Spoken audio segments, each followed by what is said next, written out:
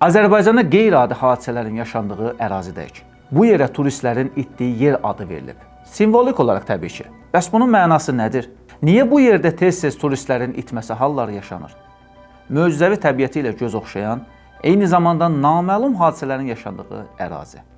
Yerin Qulağı YouTube kanalı dəniz səviyyəsindən 1912 metr yüksəklikdə yerləşən, tez-tez turistlərin itdiyi qeyri-adi yerlə bağlı məlumatları təqdim edir. Videomuza keçməzdən öncə kanala abunə olmağı unutmayın. Sizin dəstəyiniz bizim üçün önəmlidir. Azərbaycanın möcüzəvi təbiəti daim turistlərin diqqətini cəlb edir. Bəzi yerlərdə var ki, çox əlçatmazdır. Hər kəsin asan şəkildə ora getməsi mümkün deyil. Belə sirli yerlər deyəndə yadımıza ilk olaraq ötən il Azərbaycanda itən Hindistanlı turist gəlir. Hansı ki, həmin turistlə bağlı aylar boyu axtarışlar getdi. Ancaq təəssüflər ki, heç meyiti belə tapılmadı.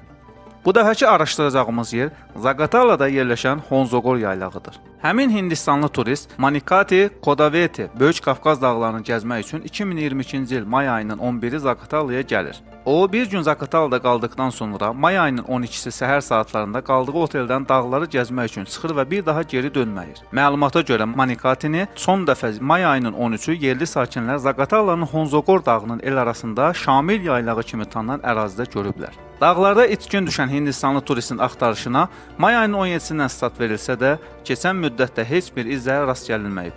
Hətta turistin qardaşı onun tapılması üçün 200 min manat məbləğində pul mükafatı verəcəyini də açıqlamışdı. Onu da deyim ki, həmin turistin atası Hindistanda nazir müşaviridir. Bu il iyul ayında həmin ərazidə daha 2 turist itdi. Aidiyyatı qurumların axtarışı nəticəsində xoşbəxtlikdən həmin Azərbaycanlı turistlər sağ-salamat tapıldılar. Bəs bu Honzogor yaylağını sirli edən, insanların orada itməsinə səbəb olan nədir?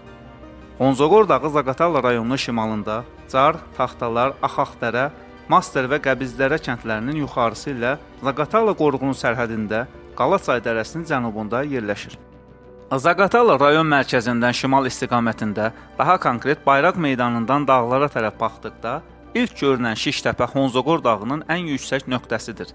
Dəniz səviyyəsindən hündürlüyü 1912 metrdir. Bu dağda taxta evlərdən ibarət yaylaq evləri və insanların ziyarət etdiyi, bir vaxtlar yaşayış yeri olmuş, indi isə pir deyilən bir evdən ibarət sığınacaq və onun qarşısında qəbristanlıq yerləşir. Olduqca mənzərəli və füsunkar olan bu dağda iri ağaclı meşəliklərdən qalxmaq, burada qalmaq, dəyişən mənzərələri, günəşin doğuşu və batışını izləmək çox möhtəşəm bir hissdir.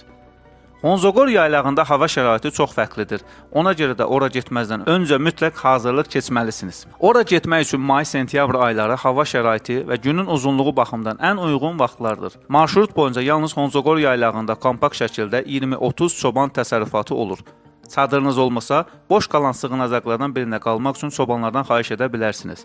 Digər mövsümlərdə də boş sığınacaq tapıb qalmaq olar. Ümumilikdə, il boyunca bu marşrutla getmək mümkün olsa da, qış aylarında daha çox hazırlıq tələb edəcək. Qış, yaz və payız aylarında hava proqnozunu daha diqqətlə yoxlamağınız, qida, geyim, ləvazimat, çadır, yataq kisəsi və s. hazırlığı görməyiniz vacibdir. Soyuq və qısa qış günlərində bu marşrutu bir günə bitirmək çox çətin və riskli olduğuna görə uyğun çadır hazırlığı görmədən yola çıxmağınız məsləhət görülmür. Bəs sizin bu yerlə bağlı fikirləriniz necədir? Azərbaycanda 1719 kənd ərazi dairəsi və 4260 kənd var.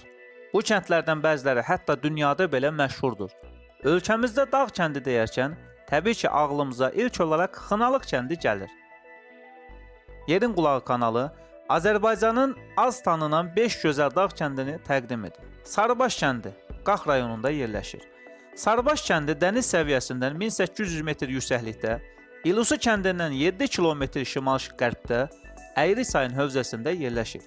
Qışı sərt, yayı isə sərt mülayimdir. Yüksək dağlarla əhatə olunub. 2. Cek kəndi Quba rayonunda yerləşir. Cek kəndi Baş Qafqaz silsiləsinin yamacındadır. Qubanın 43 km cənub-qərbində, dəniz səviyyəsindən 1643 metr yüksəklikdə, Qudyal çayın sahilində yerləşir.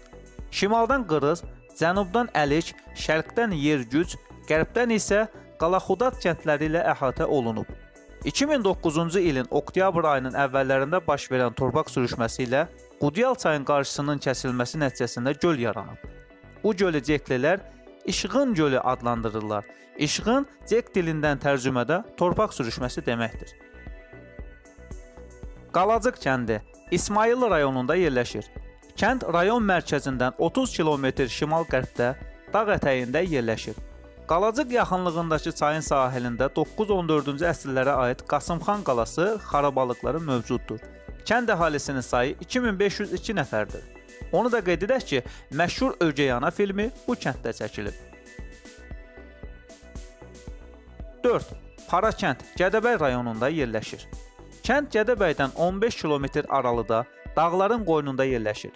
Burada 2000-ə yaxın insan yaşayır. Kənd sakinləri əsasən maldarlıq və əkinçiliklə məşğul olur. Parakənd Çaldaş, Leşkər və Daryurt kəndləri ilə qonşudur. İllər əvvəl burada zəngin insanlar yaşadığı üçün kəndin adı da Parakənd qalıb. 5. Siyov kəndi Lerik rayonunda yerləşir. Meşələrlə əhatə olunmuş dağların qoynunda yerləşən kəndlə bağlı təəssüf ki, internetdə məlumat azdır. Siyov kəndi ilə bağlı Wikipediyada qeyd olunur ki, burada xüsusilə taxus Batçada iynə yarpaqlı ağacları geniş yayılıb. Bir müddət öncə kanalımda Azərbaycanda içki satılmayan bir kənd, Astara rayonunun Təngərüd kəndi ilə bağlı qısa video hazırlamışdım. İlk dəfə də eşidirdim içki satılmayan kənd məsələsini. Bu səbəbdən video hazırlamaq qərarına gəldim. Həmin video 200 min izləyici tərəfindən izləndi və rəylərdə bu cür kəndlərin çox olduğu vurğulandı və həmin kəndlərin adları yazıldı. İzləyicilərin rəylərinə əsasən içki satılmayan kəndlərlə bağlı növbəti video hazırlamaq qərarına gəldim. Beləliklə, Azərbaycanda içki satılmayan 21 kənd. 1. Ordubad rayonu Gəncə kəndi.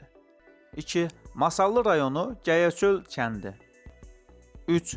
Sabirabad rayonu Quruzma kəndi. 4. Cəlilabad rayonu Perdi kəndi. 5. İmişli rayonu Mirili kəndi. 6. Zaqatala rayonu Pasan kəndi. 7. Bakının Nardaran kəndi. 8. Cəlilabadın Cəfərxanlı kəndi. 9. Masallı rayonu Boradigah qəsəbəsi. Qeyd edək ki, Boradigah qəsəbəsi əvvəl kənd olub. 10. Sabirabadın Şəhriyar kəndi. Göysay rayonu Aşağı Qaraməryəm kəndi. Cəlilabadın Musalı, Çünzəli, Babalı kəndləri. Masallı rayonunun Bədalan, Dəmirçi, Çökəkli, Xanalyon kəndləri. Sabirabad rayonu Yolçubəyli kəndi. Saatlının Mircəlal kəndi. Və Astara rayonu Təngərüd kəndi. Videomuzu qeyd etdiyim kimi izləyicilərimizin rəyləri əsasında hazırlamışam. Zəhmət olmasa qeyd edin. Əgər hansısa kəndin adını içki satmaq məsələsi ilə bağlı səhv demişəmsə, bu cür kəndlərimiz varsa, videonun rəy bölümündə qeyd edin, tanıyaq və tanıdaq. Videomuzu bəyəndinizsə kanala abunə olmağı və rəy yazmağı unutmayın.